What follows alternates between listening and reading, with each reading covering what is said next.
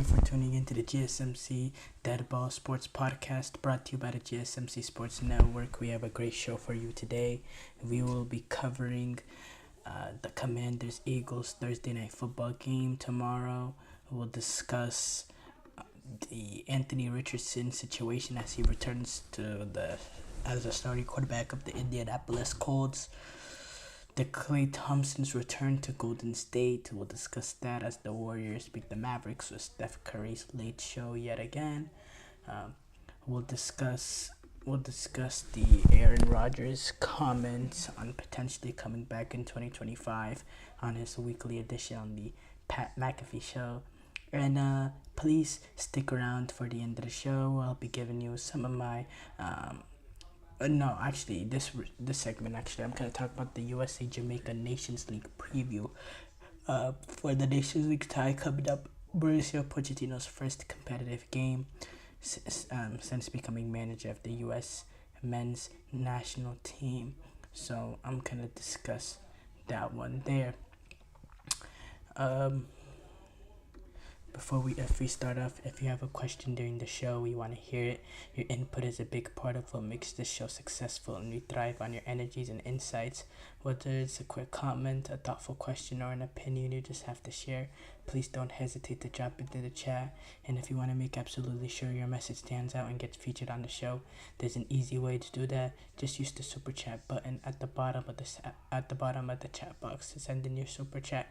This guarantees that super chat gets on the air, and it's also a fantastic way to support our channel. We really rely on your support to keep bringing in the sports content you love, and we appreciate every bit of it. So go ahead and let us know what you're thinking. Hit that super chat button, and let's keep the show as interactive and exciting as possible. And if you prefer, you can always go to the gsmcpodcast.net to tip, donate, or leave a comment or question there. We really couldn't do what we do without your amazing support, and we're so thankful to have you as part of our community. We do have to start off though with the Commanders-Eagles Thursday Night Football game coming up. One of the biggest games so far this season. Two high-flying teams in the NFC East, both moving away in terms of moving away from the pack of the rest of the teams in the NFC East. Clearly, these are the two teams that are going to be playing for that divisional title coming down the wire. Both teams sitting on 7 wins. Eagles have 2 losses, while Commanders have 3. Commanders haven't had their bye week yet. Haven't had their bye week yet. Their bye week comes, I believe, after week. It comes in a few weeks. It comes after week 13 or 14 or something of that sort. And look, the Commanders, they've been high-flying this season, being under their new head coach, new quarterback, rookie quarterback, first year head coach at the Commanders. Dan Quinn is a coach who's good experience as a head coach in the NFL. He's made a Super Bowl. He's coached the Falcons team that's had multiple seasons where they won playoff games. People don't remember he went to that Super Bowl, but that following season, I believe, or it was 2 seasons later, in that run, he also took his Falcons team away to the Rams, Los Angeles. It was the high-flying Rams that season. They had a really great season that year, and he went into their home and he beat them, and then they were 1 possession away from beating a Philadelphia Eagles team that went on to win the Super Bowl that year. So Dan Quinn has proven that he can coach football at the highest level, that he can coach competitive teams in the biggest of stages. And now he is the head coach of this Commanders team. He's brought in Cliff Kingsbury. That's revolutionized what this Commanders offense has looked like compared to the past. Now, obviously, in the past they haven't had a legitimate franchise quarterback. Now they get in a guy like Jaden Daniels, and he has been excelling at the highest of level. Jaden Daniels has been running away with Rookie of the Year, in my opinion. Thrown for about 2,147 yards, has 9 touchdowns on the year, only thrown 2 interceptions, has a 68% completion percentage as well, with 101 quarterback or passer rating. That will work. That will work, and that will get you winning football, especially when when you're surrounded by. And I have to say, this Washington Commanders team is not a super array of talent by any means. I think they have some, I think they have some very, very good pieces in there, like, like a Terry McLaurin on offense, like a, who am I, I'm, man, defensive linemen, forgetting their names, but Deron Payne as the D tackle. They have some pieces in there, but this is not a team that has, a super team of talent. They have some good quality players, but it's a combination of Jaden Daniels, these good pieces that they have, and the excellent coaching that makes this team what it is. But there are, everybody loves them because they have been the fairy tale team this season. But, there is ways that they can be attacked. That secondary had some issues. That's why they went out and got Marshon Lattimore.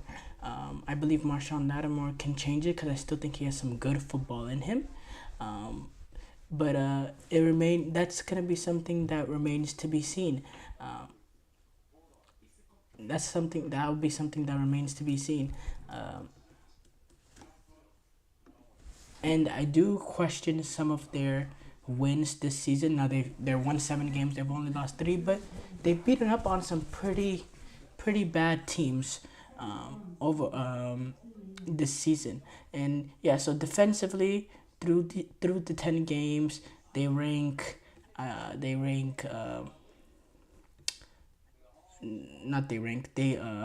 they allow 21.7 points a game.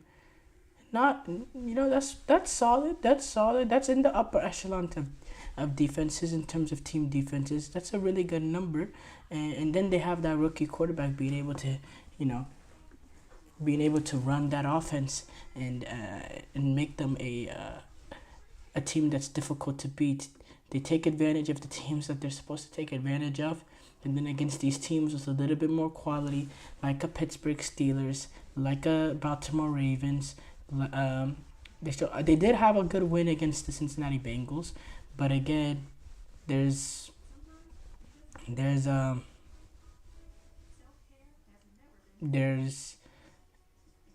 that was back when Cincinnati were really at their lowest. They were 0-2 at that point, or they were 0-3 at that. Yeah, 0-2 at that point. That loss made them 0-3. They did destroy the Cardinals, who are now looking like a good team. We didn't know it at that time, but now they're 6-4. They did destroy the Cardinals, absolutely destroy them, 42-14. But no, I'm looking forward to this Eagles team. This is a real good test for them. It's an NFC East battle as well, which is gonna make it even more juicy. This Philadelphia Eagles team has looked absolutely elite this season, and the crazy thing about it is we were questioning this team extremely after their slow, sluggish start. They had that game in Brazil where, it was a weird game. They got the victory. Then they had that narrow loss to Atlanta, the Saquon game. And then they were 1-1. And based on how it ended last season, a lot of people automatically wrote off the Eagles. They got that win over the Saints, which was a good turning point for them in the fact that that Saints team was 2-0 and looked amazing after those 2 games. They went on to lose 7 straight after that, but at that point, we thought that was a really good win. Then the Buccaneers, just collapse happened against the Buccaneers where they got absolutely destroyed. But then they had the bye week, and the bye week came at the right time, and they started peeling off wins. they were they were not that great, not that impressive against the Browns. Against the Giants, they managed to win 28-3, but I wasn't really that impressed. Then you started seeing that Bengals game. That was, my opinion, their most impressive win of the season. Going away to Cincinnati in the dominant fashion that they did it, how balanced that they were. This Philadelphia Eagles team, number one, they're getting back to they're getting back to being more balanced, which allows Jalen Hurts to pick and choose his moments to push the ball downfield. Because when you're able to be more balanced, when you have a consistent run game with Saquon Barkley, who's had a tremendous season up to this point, despite dropping one game, despite dropping away a game. When you have that balanced offense, it allows Jalen Hurts to periodically push the ball down the field to Devontae Smith, to A.J. Brown. It opens up the offense when you have a consistent run game, and you have a run game that you can be relying upon on the play call sheet. There's been times in the past that the Eagles have almost neglected the run, and Jalen Hurts is a really, really good quarterback. But part of what makes him special is the fact that he could take advantage of loaded boxes, and he can take advantage of those one-on-one matchups, and he can be a runner himself when need be. I think the Eagles have got back to that identity of where they were in the Super Bowl, of being balanced. They're playing some really good defense as well. I believe in the last since that bye week, they're allowing less than 20 points per game. They're allowing I believe what is the number? I know it's less than 20 points per game. I had it written down. I can't find it. But they're playing some good defense now. They haven't gone up against the best of quarterbacks. They played Deshaun Watson. They played Daniel Jones. They played Trevor Lawrence, and then they played Cooper Rush. They did have that one game against Joe Burrow in which Joe Burrow had a solid game, but they were able to limit what that Cincinnati Bengals team could do. They limited Jamar Chase to 9 receptions for 54 yards. That will work. And I think Eagles have found themselves to be very, very balanced once again. So overall, in this one, I think the fact that Eagles have that experience, they've been in those big moments, and they've won NFC East, and they've been to the Super Bowl, I think that will give them the slight advantage in this one with the pressures of any NFC East showdown battle. And also, I need to see a little bit more from the Commanders in terms of the big game, the big victory. Yes, they beat the Cincinnati Bengals like Philadelphia did as well, but the other teams that they faced off that have the pedigree, the quality to beat them, the Tampa Bay Buccaneers in Week 1, the Pittsburgh Steelers, they were able to do them. They were able to get Pittsburgh Steelers were able to get it done. And it says the Commanders have 3 losses. I forgot what was their third loss. I said the Commanders. I said the Buccaneers game. I said and then the Baltimore Ravens. Again, the 3 teams that they played that have legitimate rosters. The 3 teams won. You go back to the Philadelphia Eagles. Yes, Philadelphia as well. They've been taking advantage of bad football teams, but they've proven over this recent pedigree, over the Nick Sirianni timeline, whether you want to give them the credit or not, that they have the ability within the team to get those big wins against the big teams. They've done it before, and I don't think that's some pressure that they'll be afraid of facing. And I'm looking forward to this. I think this is a Jaden Daniels, Jalen Hurts battle. I think it's going to turn into a rivalry. I think this is a matchup that we're going to see for many years to come. They're in the same division. I believe that they're both going to be decade-long quarterbacks, at least on their respective teams, obviously barring any injuries or anything catastrophic or anything like that. So I'm really looking forward, to my opinion, a part 1 of a amazing series that we're about to get. I think this has the potential to be that next rivalry, and you don't see many really good interdivisional rivalries in terms of quarterbacks. We see the Tom Brady, Peyton Mannings, we see the Russell Wilson, Cam Newtons, all that. But we thought Russell Wilson and Colin Kaepernick could be that, but we didn't get that much. We didn't get that longevity. I am really looking forward to this. I think this has the potential to be a great quarterback rivalry and team rivalry, the interdivisional rivalry. So I look forward to part one. Short break here coming up. When we come back, we will react to Anthony Richardson returning as the Colts starter. I feel like I'm losing my mind. Is everybody in the world blind? Please, Lord, give me a sign, a sign. I feel like I'm losing my mind. Is everybody in the world blind? Please, Lord, give me a sign, a sign. I wanna be the greatest. Everybody on the fake shit. I look around and feel like everybody is the fakest. I make this every day and I'm impatient, hoping one day I blow up from the basement. Statement, the top is so vacant. I don't hear shit that I think is amazing. Waiting for my day when I'm playing sold out shows for 1,000 faces. Hey, give me that crown, get in my way and to be put down. It ain't your place, all this my town. If I want that shit, then I'll get it right now. I'm losing it, the noose it fits, I'm losing shit. A stupid myth, you choose to live or choose to dip. You choose to fight or lose your grip and lose a gift. I feel like I'm losing my mind. Is everybody in the world blind? Please, Lord, give me a sign, a sign. I feel like I'm losing my mind. Is everybody in the world blind?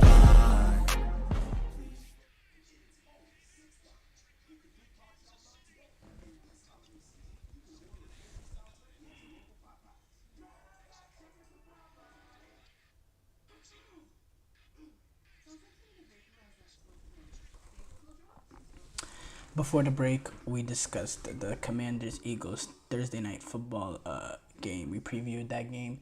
We move on to discuss Anthony Richardson. He has returned as the starting quarterback for the Indianapolis Colts. He was benched 2 weeks ago in favor of Joe Flacco. After a disappointing performance against the Houston Texans, and that controversial play where he I'm not even going to try to say that word that I was trying to say, where he tried to tap out, or he did tap out for a play, and there's a lot of speculation that had something to do with him being benched. Now, obviously, the Indianapolis Colts vehemently, and specifically Shane Steichen vehemently denied that notion. But to be honest, the only people that will ever truly know is them. But that series of events ended up leading to his benching, and up came Joe Flacco. And Joe Flacco came in after leading the Indianapolis Colts to a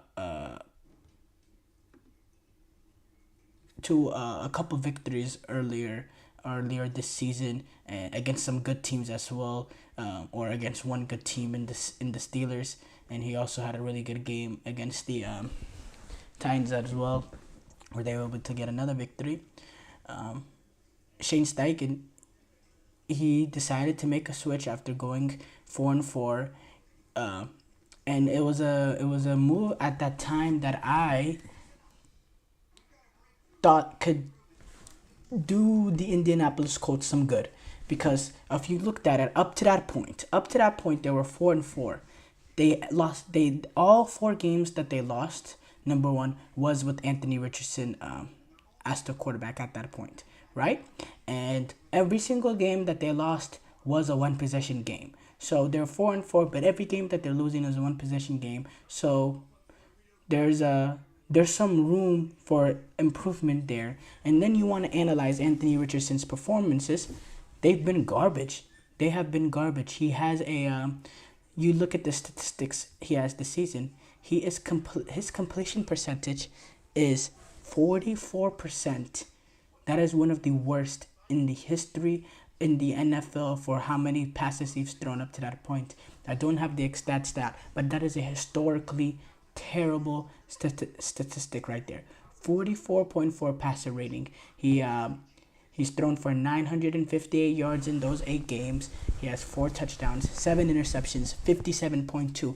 To say he was struggling was a massive understatement. And despite his performances in those games, despite him having 50% completion at the Packers, 50% completion versus the Bears, 31% completion at Houston, 41% completion percentage against the Dolphins. Despite those lackluster performances and poor quarterback play, they're in all of those games. They're losing to the Bears. They're only not Bears. They're only losing to the Packers by 6 points. They're only losing to the Texans in 2 games by a combined 5 points in 2 games. One game they lost by 2. The other game they lost by 3. They're only losing to the Miami Dolphins by no, not Miami Dolphins. What was the other game that they lost under him? So they lost to the Packers, they lost to the Texans twice, and then they lost to... Actually, no. They lost 3 games with Anthony Richardson. The other game that they lost was with Joe Flacco, where the Colts defense unexplainably conceded 37 points to the Jaguars. Oh, Anthony Richardson did get 1 win. The 1 win that he got, he only managed 16 points, and he beat Tyler Huntley and Miami Dolphins, who scored 10. But yeah, they've been 1-3, and you're thinking about it. This Indianapolis team was talent, and they were a drop away from making the playoffs last season. So to expect them to make the playoffs again this season is not that high. It's not that high of expectation. And you're looking at it. You're Shane Steichen. You're 4-4. Why don't we bring Joe Flacco back into the mix? Because he just gives us a better chance to win now. Well, you put him in there, and you lose 2 straight games against the Vikings and the Bills. Against the Vikings, he doesn't play terribly. 180 yards, 1 interception, 16 of 27. They only managed to score 13 points. Can't really get the ball moving against the Brian Flores defense that's been absolutely elite this season. And then they lose to the Buffalo Bills, in which he, goes 26 for 25 and has 272 yards and 2 touchdowns.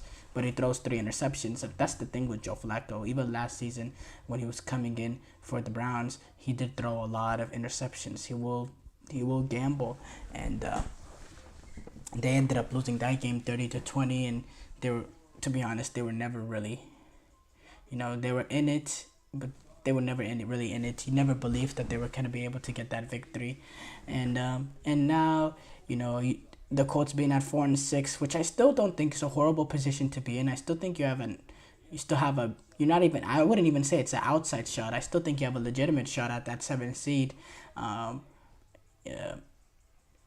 But the Colts decide they're gonna go back to Anthony Richardson, and look, I don't think that's the worst decision in the world, because Anthony Richardson, the one thing he does need is his reps. I believe he played 12 or 13 games in college, and he's only played 10 in the NFL.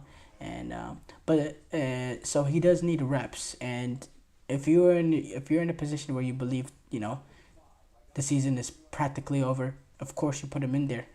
Is the season over for Indianapolis? I wouldn't say so, but they do take on the Jets. But then after that, they do have the Lions, and then it gets pretty easy from there. With the Patriots, Broncos, Titans, Giants, Jaguars, that's manageable. I think the Colts have a legitimate 6 out of 7 winnable games on their schedule.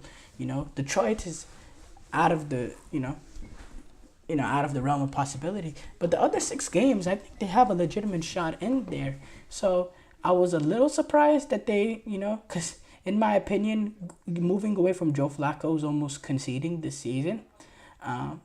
But what is known is that Anthony Richardson does need reps. He does need reps. He needs that. He needs to prove whether or not he is that franchise quarterback or not. Indianapolis, they need to see it out of him, because who knows? they don't believe in him, they might be in that quarterback market again, in this never-ending cycle of trying to replace Andrew Luck. And look, yeah, Richardson, he has the talent, he has the bright side, but he just doesn't have the poise in my position in my opinion, as an NFL quarterback. Sometimes I question his mechanics. He has a really, really great arm, an extremely great arm. That throw that he made opening, I believe it was week 1 against the Texans, where he was, slipping, couldn't get a proper foot, and he just launched the ball 70, 80 yards, like effortlessly. It was incredible.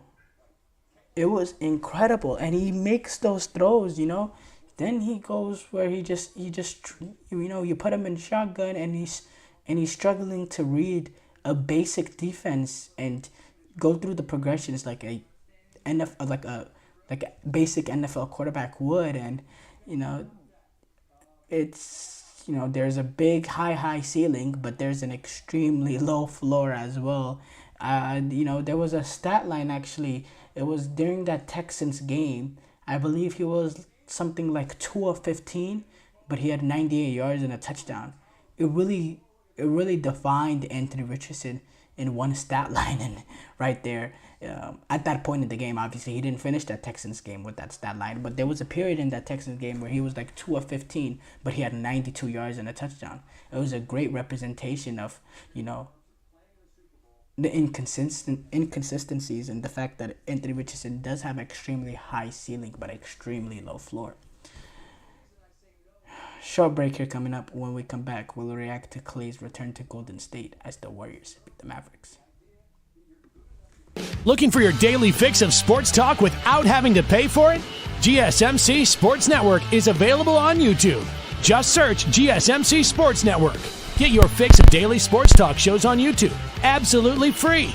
NFL, college football, NBA, MLB, MMA, UFC, fantasy football, and so much more. GSMC Sports Network has shows running all day long, with new sports shows starting every 2 hours. Just like on your favorite cable sports channel, except GSMC Sports Network is absolutely free. Just search GSMC Sports Network on YouTube to catch one of your new favorite shows, like the GSMC College Football Podcast, Chip Shot Football Podcast, Hoops and Heels Women's Sports Podcast, GSMC Basketball Podcast, and so many more. Check it out for yourself. GSMC Sports Network, now available on YouTube absolutely free. Search GSMC Sports Network on YouTube right now.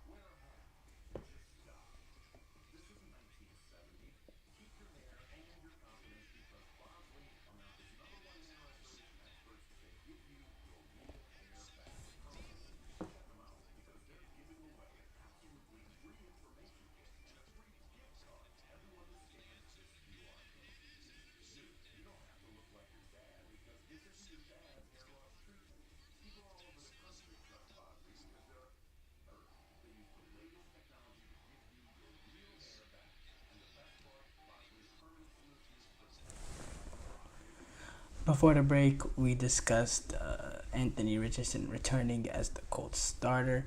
We move on to discuss Clay's return to Golden State as the Golden State Warriors were able to defeat the Mavericks, and it was a very, very fun game to watch. Back and forth. Really good fourth quarter comeback from Golden State. Steph Curry went crazy Curry mode. I believe he had 12 points in that later part in the fourth quarter. He finished with 37, 9 and 6. He's been only averaging 29 points per game. I guess Steve Kerr recognized the importance of this game going up against the Mavericks team that reached the Western Conference, that reached the finals last season. And when you accomplish something like that, you start getting the respect from teams, in the following regular season. and he bumped up Steph Curry's minutes. He played a total of 35 minutes. And Klay Thompson, on the other hand, yes, a very emotional game. He had arguably his best performance of the season, with 22 points. He was 6 of 12 from three-point range, shooting that 50% of the game, which is way higher than what he's been shooting so far this season at 37%. He was, he was running his wing. He was getting shots. He was taking the shots when they came. He was pushing the ball, or he was a part of a fast break attack, and he was running his lane, and he was getting his shots up. He was getting his 3-ball up. He looked comfortable in his role. One time the ball gets fit out to him. He does a little pump fake, drives into the lane, and he's dishing it to Gafford. Really good lob. That leads to Gafford layup, and he's getting involved. He had 3 assists. I thought he played a really, really good game, and he lived up to the moment. But it just wasn't enough, as Steph Curry went Olympic Curry mode, and you saw the way he reacted at the end. Steph Curry seems like a win he clearly wanted, and look, the Golden State Warriors they're continuing to prove that their 8-2 start is not fluky. Now they're 9-2. They've beaten the Dallas Mavericks that reached the finals last season. They beat the Boston Celtics that reached the finals last season. They beat the Oklahoma City Thunder as well. They beat the 2 teams that reached the finals last season, and they've also beaten an OKC team that is arguably that are entering the season as the best team in the Western Conference. So the Warriors are starting to add to their quality of wins. I questioned some of their wins when they started off 7-1 and all that, but now I'm starting to believe in them just a bit more. They're 7-1 in the Western Conference. They're 3-1 at home. They're 6-1 away. They've been great this season. They've been great. In this one, they got that 37 out of Steph Curry. DeAnthony Melton was able to get 14 points. Kuminga, running the floor, was able to get from one end to the other. His energy, 16 points. Buddy Hield, he's been a little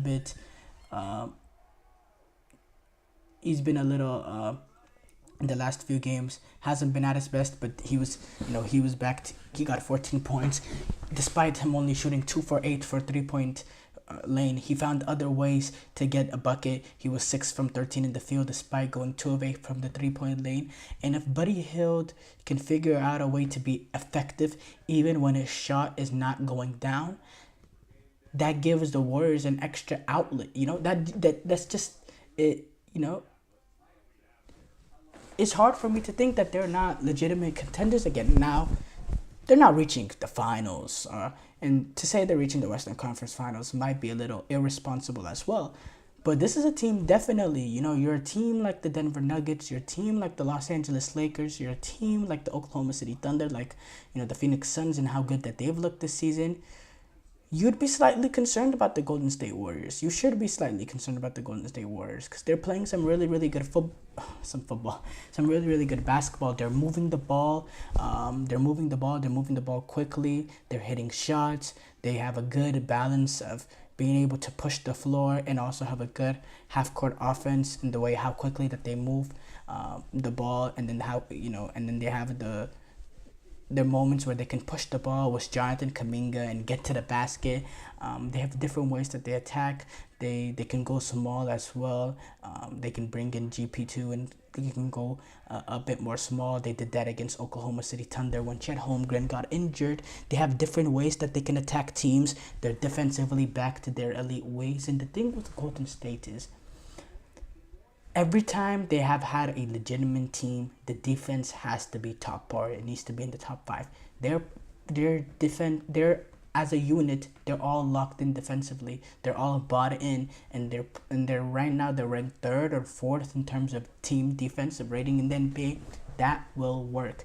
As far as the Dallas Mavericks, 5-6, and look, I thought last year's run to the finals was a bit not fluky, but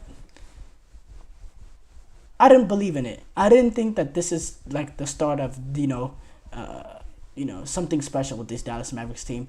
And I think through these first 11 games, I've already proven correct that I don't think that Dallas Mavericks team will sniff the NBA Finals again this season. I think, in fact, they have a better chance of being in the play-in than going back to the finals. I really do. Look, Kyrie Irving, he had a really good season last year, but still, let's not mask over the fact that Kyrie does not take over games the way he did back in his Cavaliers day. This is a different Kyrie from that. It's still an efficient Kyrie, 25 points per game this season on 54% shooting. His 3-point percentage this season has been ridiculous, 54.1. That is bound to go down. But again, you go back to this one, against the Warriors. He had 21 points on 8 of 13, but down the stretch, why doesn't Kyrie get the opportunity to get the ball? In my opinion, Kyrie in Cleveland, when he was looked upon, like what he was really praised upon, was his clutch ability, his extreme clutchness.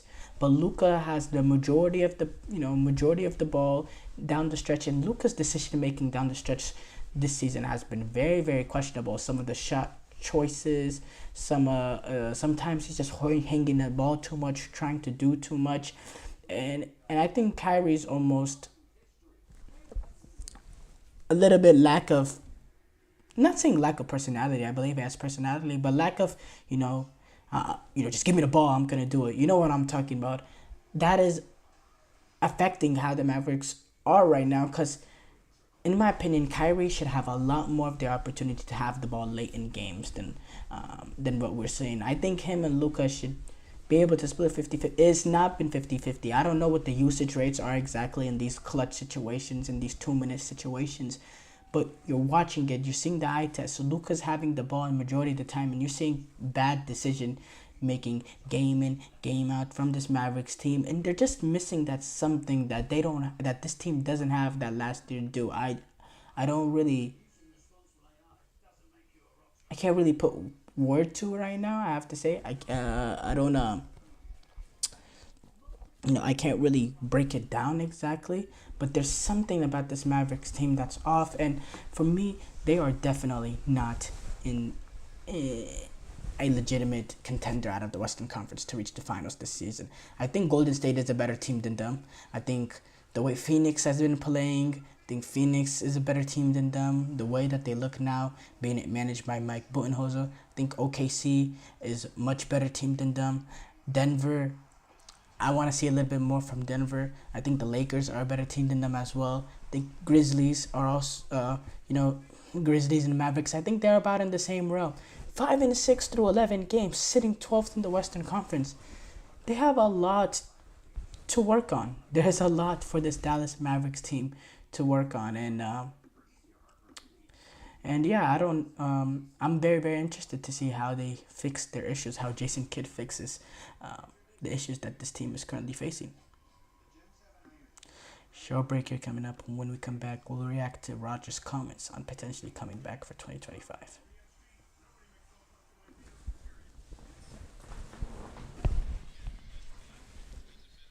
For the best and latest podcasts available anywhere, go to the podcast app on your cell phone and type in GSMC to access free content-rich podcasts on health and wellness, book reviews, sports, entertainment, relationships, social media, movies, technology, finance, and even weird news. Subscribe and download the GSMC Podcast Network's family of shows, available everywhere podcasts are found.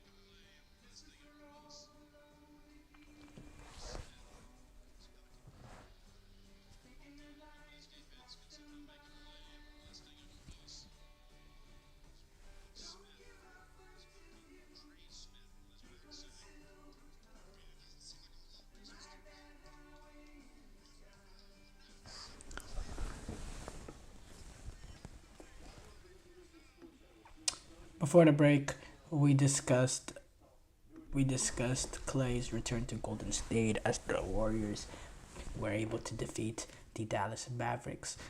We move on to discuss Aaron Rodgers' comments. So Aaron Rodgers, we know he has his weekly edition of popping on the Pat McAfee show where he gives us, his thoughts on the week. I guess he does it all the time.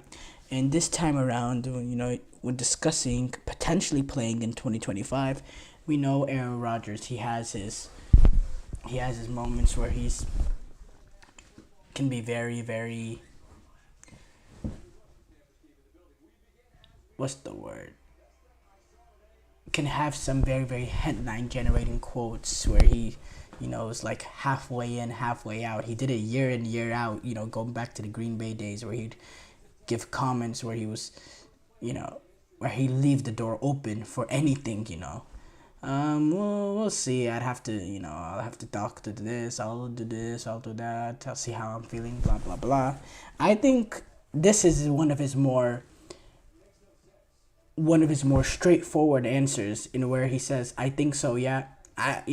Compared to what we've heard in the past when he's been discussing about his future, this is about as more straightforward. He goes, he's planning to play in 2025. I think so, yeah. I think that's about as straightforward as I've heard comments come from Aaron Rodgers. Rodgers said last offseason actually, that he plans or that he hopes to play 2 or 3 or even 4 more years.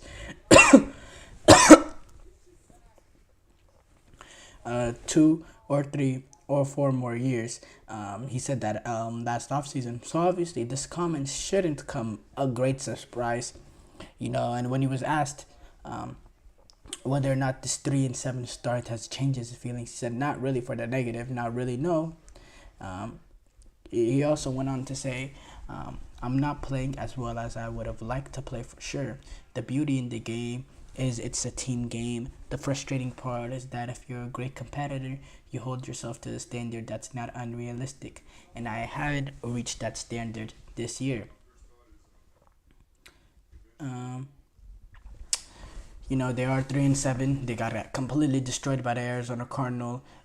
Aaron Rodgers has not played great this season. He's 24th of 32 qualified NFL quarterbacks in QBR, with the total QBR 52, 15 touchdowns to 7 interceptions, and he has a career low 6.4 yards per attempt.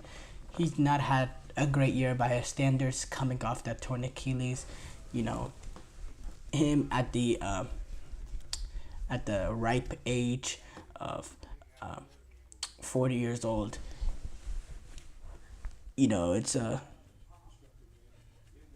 It's difficult. Oh, actually, I want to correct myself, regarding the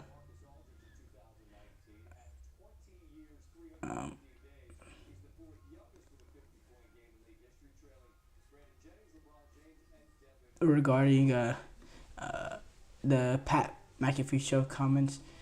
No, it did not come on the Pat McAfee show. This actually came in one of his media session with the Jets. So I want to correct the mistake I made. It was not actually on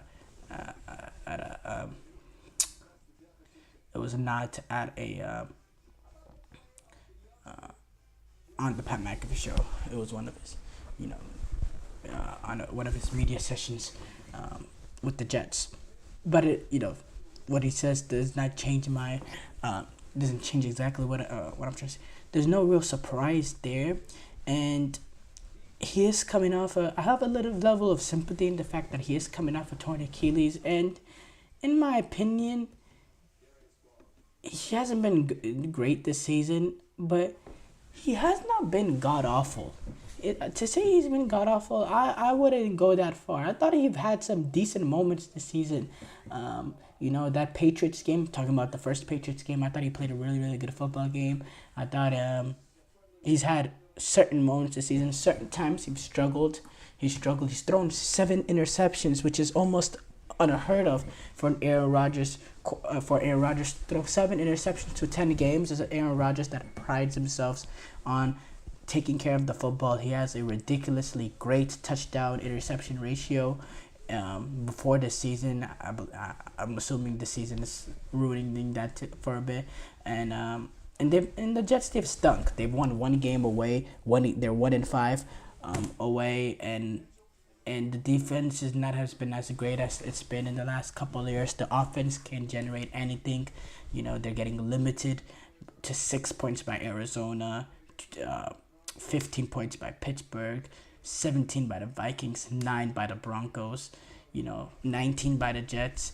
They've struggled, and they've struggled to generate offense. They brought in Davante Adams after that loss to the Buffalo Bills, that first game after Robert Saleh was fired, and they were 2-4 at that point, and they bring in Davante Adams, and it's just it hasn't opened up the offense since then. And maybe we were being a little bit immature to think, okay, you bring in Davante Adams and that immediately will completely change the scope of the Jets offense, and it just hasn't. And if you're a Jets team, though, it's a failure. And is it a failure that you can allow to have one more year? I compared the situation a little bit with the Phoenix Suns and Kevin Durant, and then Kevin Durant. They brought in Kevin Durant, and they've had a really poor season last season. But what they were able to do was they were able to, get to the off season, make the change out of coach, and they were able to turn it around, and they're getting the best out of Kevin Durant. Can the Jets do that with Aaron Rodgers? Is it a similar scenario? Can Aaron Rodgers play that level at that level again? Is he still at that level? Is it the Achilles? Is it his first season back with the Achilles holding him back? Maybe getting back Davante Adams and having a full off season with him to reconnect, to get the chemistry going, for Davante Adams to get adjusted to the offense, for there to be a proper offense instilled into this team with the new coach coming in. Can that change it up? I wouldn't be totally against that notion. If you're the Jets, you don't have any other option right now at quarterback, and I don't think that they're gonna completely, tear it down. I don't know. I think they might give it one last opportunity, but it's something that I'm interested to see what Woody Allen and Joe Douglas, who's somehow still in the still somehow the GM of the Jets, despite the failures of this organization. We'll see what direction that they want to go in, but yeah, that's a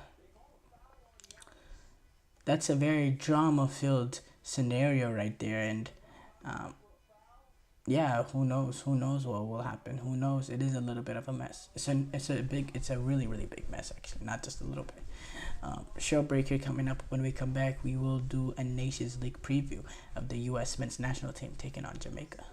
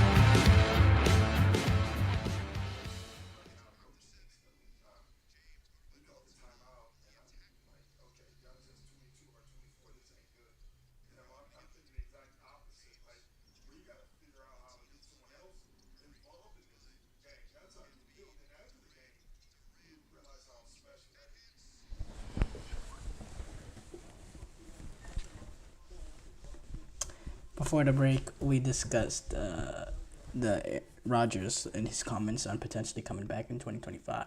We move on to do a preview of the U.S. men's national team taking on Jamaica tomorrow in the Nations League. That game will be the first leg of the quarterfinal. The Nations League has a quarterfinal now, or it did actually. It's been having a quarterfinal, but this is a big one with Pochettino, his first competitive game, managing for the U.S. men's national team, and it will be an interesting one. The game will be played at the National Stadium, Independence Park in Jamaica. Very, very difficult stadium to play in, as any CONCACAF team will tell you. Going away to Jamaica is never an easy task, and you're playing your first leg away. You're wanting to manage that result, be professional about that result, so that you go back home and you have everything to play for, and you're not having to chase anything going back home. That's the most important responsibility that the U.S. men's national team have in this first leg, and it's a tricky test going up against Jamaica, and the fact that the U.S. are missing some key important players: Tyler Adams, Folarin Balogun, Josh Sargent, and then Timothy Weah, who's actually back now fit, but he will be suspended due to that red card in Copa America, and it leaves it to an interesting lineup choices. Obviously, we know Sergio Desi's still not involved, so you're probably gonna have that back four of Robinson, Ream. I'm thinking McKenzie's back in the fold, and then Scally, obviously Turner in goal. In midfield, I think McKinney and Musa are two certainties. That third position, you're probably leaning towards Cardoso and the way he's playing for Betis. And I think up top is interesting with No Weah being in there. We know Reina, he has his injury concerns as well. He's not going to be involved. You'll probably go with Pulisic. Up top has always been a question. I think right now you have to go with Pepe, just based on the lack of quality there. Besides Balogun, and then that right wing position, you probably go Aronson, but that's not leaning much. But at least we're not seeing Aronson in midfield. I hope that experiment with Mauricio Pochettino is far over, because I never want to see Aronson play anywhere near the midfield of the U.S. men's national team. Just doesn't have the creativity, doesn't have the technical ability, doesn't have the ability to play in between the lines enough to play as a central midfielder, central attacking midfielder, whatever you want to call it. That's not his position. What he has is he has energy. He has energy to press. He will run up and down the field, and he'll help out. Joe Scally Joe Scally needs help. Doubling up, going up against one of the Jamaican wingers, but he's not. He's just not technically enough. He's not a checker and a footballer, if I will use that term, to play in midfield. And the U.S. men's national team, when we saw them when they lost to Mexico in Guadalajara, they looked pretty crap, but they didn't have a lot of important players like Pulisic, Tim Weah, Robinson, Weston McKennie, Sergio Dest, some very, very vital players,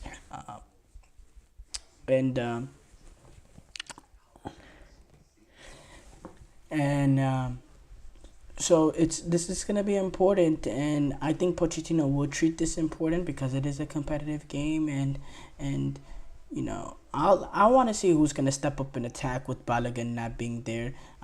Who next to Pulisic who besides Pulisic will be able to step up and attack, and then defensively, if we continue to see them, try to play out at the back. Can we limit the mistakes? Are we able to handle playing out of the pressure? How does McKinney, Cardoso, and Musa fit together? Can that midfield work? Is that a midfield that can go look forward, that looks good moving forward? Because if you're thinking about it, I think if we can get the best out of Cardoso, I think that midfield works better than the midfield of Tyler Adams, McKinney, and Musa, because we get that little bit more. We get a little bit of a different style of play in Cardoso that I think complements better with McKinney and Musa than what Tyler Adams does. Because Tyler Adams, he is a worksman, like he's a perfect holding midfielder in terms of he'll be able to cover holes for fullbacks going forward, but and he can drop in between the center halves and help them defend. But when he's on the ball and when he's trying to be the regista, trying to compose and dictate tempo, that's far away from his game. I think Johnny Cardoso in a way can do that. Sometimes he has turned the ball over in midfield playing for the US. He had that horrible game, I believe it was against Colombia, where the bad moments can come. But I think in terms of being able to be technically gifted in there as a 6, I think he gives us the best quality in that department. And I think that balances well with Weston McKennie, who is somebody that will run in between the lines, that will make late runs and be a factor, that can get on the ball and push it forward. Musa, similar attributes. But Musa and McKinney, they don't have that ability that I believe Johnny Cardoso has in midfield. And Tyler Adams certainly doesn't have that. So I think if Cardoso can step up to that level of a Tyler Adams in terms of consistency, I think this midfield of McKinney, Musa, Cardoso actually complements each other better, and it is a more quality of a midfield going forward than Tyler Adams being in there, even with Tyler Adams fully fit, which we don't even know if we'll ever get Tyler Adams fully fit, because you're starting to ask if, not when. It's because it's been a very, very long time now with Tyler Adams. This injury concerns are turning more into concerns. It's over and over and over again. As far as Jamaica, we know what they are and we know what they're not. We saw them at the Copa America. They had their moments, but again, they struggled to develop a consistency in terms of being able to be dominant. They lost all 3 games in Copa America. They had some okay moments against Mexico. I thought against Ecuador, I thought they played solid in certain aspects of it, but again, they didn't have the quality to make them pay. And then against Venezuela, I thought it was a really embarrassing performance thereon, where they got completely done in the counter, with moments from Venezuela. But as far as Jamaica, they have a quality in them in terms of, the Mikel Antonios and them. But, I haven't seen much of them being managed under Stephen McLaren, so I can't really analyze this Jamaican team. I wanna be able to see. I think, we really get to see them in that opening game, because again, their first games under Steve McLaren have been in the Nations League against Honduras, Nicaragua, and in Honduras again. I'd be lying to you if I said I watched those games. I did not watch those games. They also played Cuba as well. So I need to see a little bit more before I can compliment on them. What I can say about this Jamaican team is there's quality in that team with Damari Gray, Mikel Antonio, Divock Origi, Ethan Pinnick is in the back with Mason Holgate. Solid defensive partnership there with Blake in goal. So there's quality in that team. But again, are they at that level to compete with the U.S. men's national team? I don't know. The pity part about this of your Steve McLaren is you still haven't been. Actually, no. Actually, I made a mistake.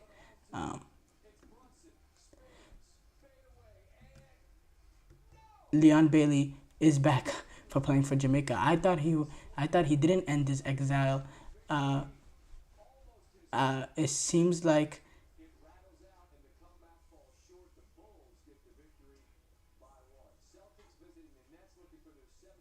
yes, it seems like he is back with the Jamaican Football Federation. McLaren says Bailey is delighted to be back. That is big. That is big, because he is that talisman. He can be that talisman for Jamaica. I didn't realize that they got him back, actually. I didn't get that report. So that will be a big factor as well. Him, depending on what side lining up, if he's lining up on the left-hand side going up against Joe Scally, I think is very, very important for Brendan Aronson, as I was saying, to help Joe Scally double up. So, yeah, this is a big one. This is a big one. Now, obviously, Mauricio Pochettino, he's managing way bigger games in CONCACAF Nation League quarterfinals. So, you know, he'll be able to be up for it. But for this USMNT team, I'm looking forward to this one. I have a little bit of slight optimism because of the fact that we're now being managed by a real manager, and yeah, I'm looking forward to this, absolutely. Short break here.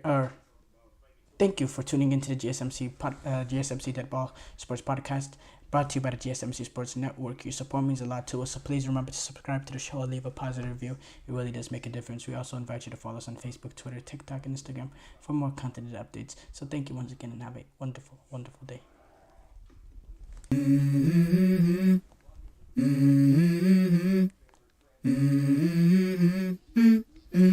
Let's go.